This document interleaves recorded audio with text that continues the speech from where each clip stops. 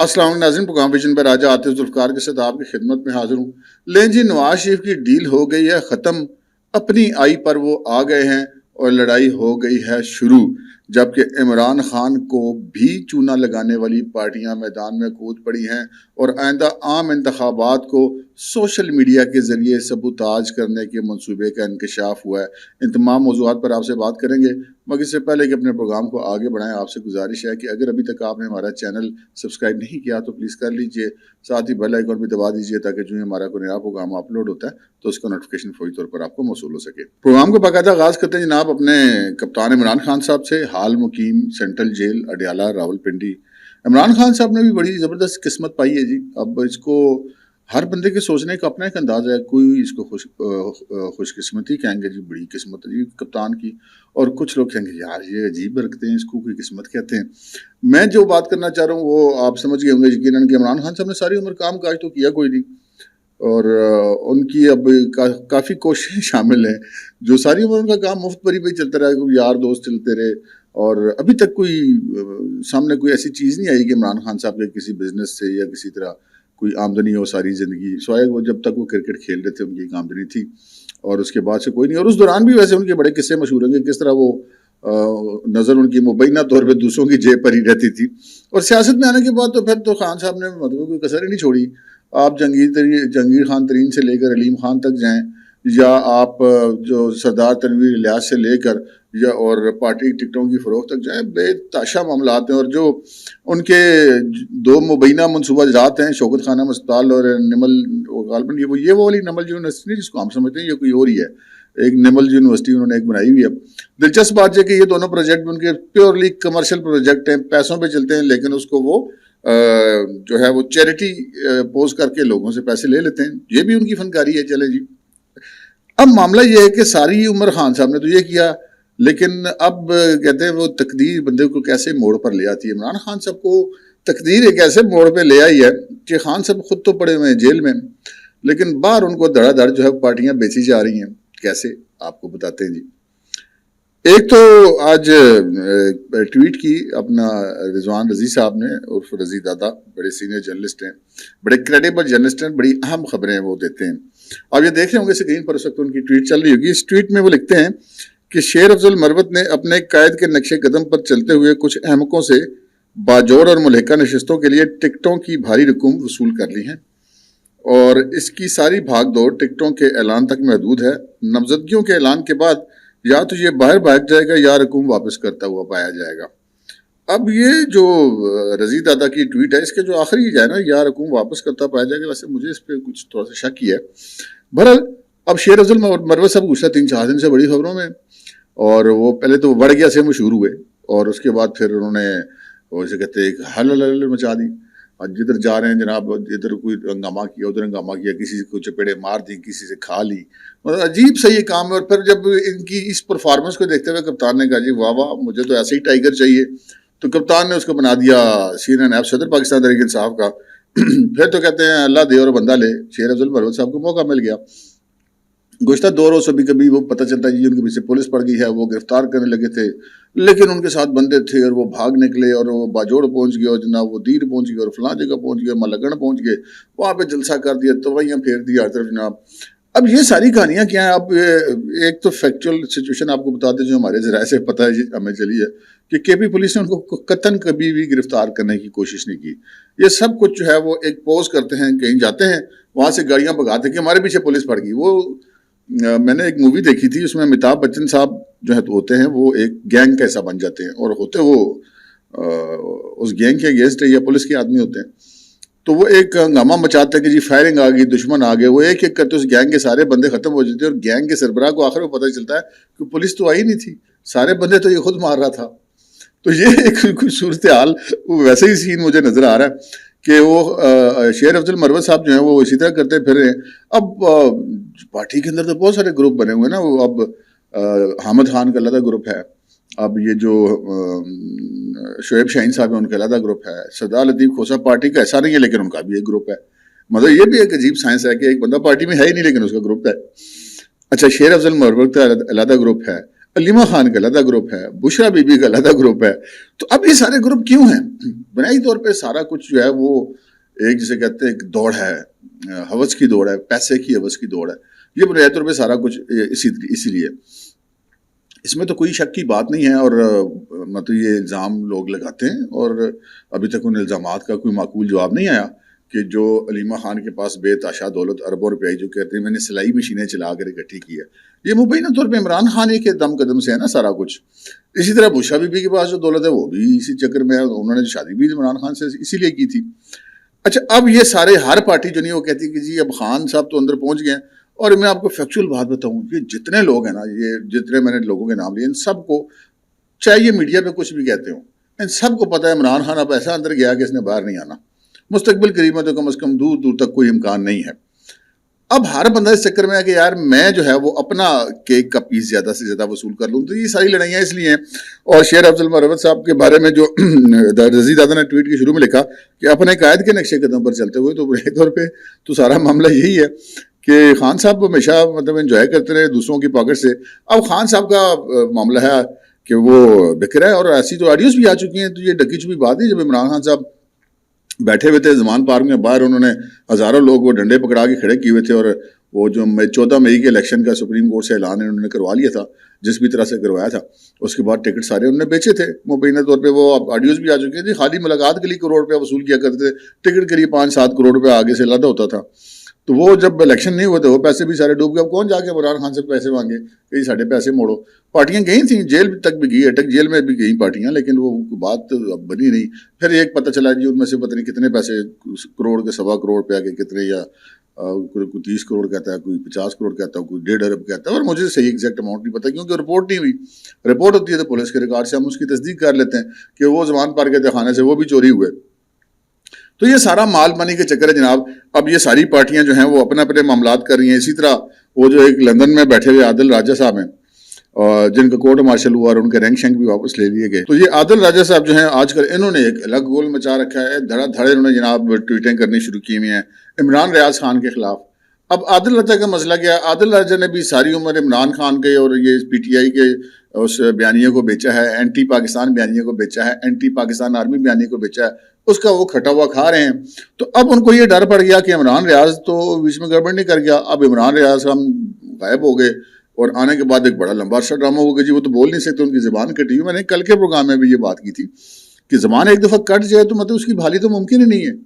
تو انہوں نے اپنے وکیل کو انٹرویو دیا پرسوں میاں اشفاق کو, ان کے یوٹیوب چینل پہ, تو بالکل ٹھیک ٹھاک بول رہے تھے. تو اس کا مطلب ہے ان کی زبان نہیں کٹی ہوئی. اب وہ جب دوبارہ آیا تو ایک گلگلہ بلند ہوا کہ جی عمران خان صاحب تو اندر ہیں, تو اب عمران ریاض کو پی ٹی آئی کا سربراہ ہونا چاہیے. اب یہ گلگلہ بلند ہوا نہیں ہے, کروایا گیا ہے. اس پر عادل راجہ نے کیا ہوگا, او میری دکانداری تو گئی, عمران خان اندر ہے تو دکانداری تو میری چلنی چاہیے. عمران ریاض صاحب کہتے ہیں کہ میری چلنی چاہیے. علیمہ خان جو ہے وہ مطلب وہ اپنے معاملات میں, یہ بھی ہم نے سننے میں ہے کہ عمران خان کے ایک بھانجے کو مبینہ طور پہ وزیر اعلیٰ بنوانے کی بڑی خواہش ہے. اسی طرح پھر جو بشرا بی بی ہیں وہ اپنے معاملات میں جو بھی ان کے, اب تو وہ کیسز ویسز میں پھنس گئی ہیں. جو ان کے سابق شور ہیں وہ تو انٹرویو دے کے مطلب اپنے آپ کو انہوں نے کسی حد تک سیو کر لیا ہوا ہے. اب ان کے بیٹوں کو بھی انٹرویوز آ رہے ہیں.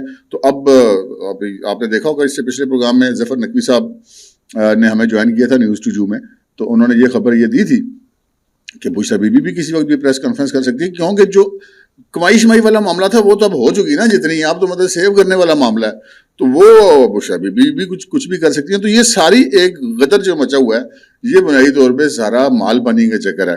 تو اب عمران خان صاحب مبینہ طور پہ ساری عمر دوسروں کو چونا لگاتے رہے. اب ساری پارٹیوں نے عمران خان کو چونا لگانا شروع کیا ہوا ہے, اور عمران خان صاحب جیل کے اندر بیٹھ کے تماشا دیکھ رہے ہیں. اب دیکھتے ہیں یہ تماشا کب تک برداشت کرتے ہیں. چلیں شیر افضل مروت وغیرہ کو تو ہو سکتا ہے وہ مستقبل قریب میں فارغ کر دیں, لیکن یہ باقی لوگوں کو کدھر لے کے جائیں گے؟ ہر بندے کا اپنا ایک سسٹم ہے. تو یہ ایک معاملہ ہے. اچھا, دوسری جناب ایک بڑی تشویشناک خبر آئی ہے, اور وہ تشویشناک خبر بھی جاوید چودھری صاحب نے اپنے اس ایک ولاگ کے اندر اس کا خدشے کا اظہار کیا. آپ نے دیکھا ہوگا کہ ان کا ایک ولاگ کا ایک پیس کاٹ کر اس کو بیچ میں سے ایڈٹ کیا گیا, اور اس میں 2 فقرے ان کی آواز بنا کر پاک فوج کے خلاف ڈالے گئے. جبکہ وہ اس کو غور سے دیکھیں تو وہاں پہ کٹ بھی محسوس ہوتا ہے, اور وہ جو لپسنگ ہے وہ بھی ایکول نہیں ہے, کیونکہ وہ بنیادی طور پہ انہوں نے کہا ہی نہیں ہے. اوریجنل بھی ساتھ موجود ہے, اس کو بھی لگا کے دیکھا جا سکتا ہے. لیکن یہ تو وہ ہوا نا جو جاوید چودھری کا ولاگ کو استعمال کیا گیا فوج کے خلاف اپنے مقاصد کو حاصل کرنے کے لیے. لیکن جاوید چودھری نے جس خدشے کا اظہار کیا وہ واقعی بڑا امپورٹنٹ خدشہ ہے ان کا, کہ آگے الیکشن آ رہے ہیں, تو الیکشن کے دوران تو پھر اس ٹیکنالوجی کا تو بہت بے دریغ اور بہت برا استعمال کیا جائے گا. یہ انہوں نے نشاندہی کی. اب اگر ہم اپنا ایک اندازہ قائم کرنے کی کوشش کریں تو آپ کو اس ٹیکنالوجی کے ذریعے یہ بھی خبر آ سکتی ہے الیکشن کے دوران کہ نواز شریف صاحب نے انتخابات کا بائیکاٹ کر دیا. یہ کیسے ہو سکتا ہے؟ دیکھ لو, یہ ویڈیو ہے جی نواز شریف صاحب کی.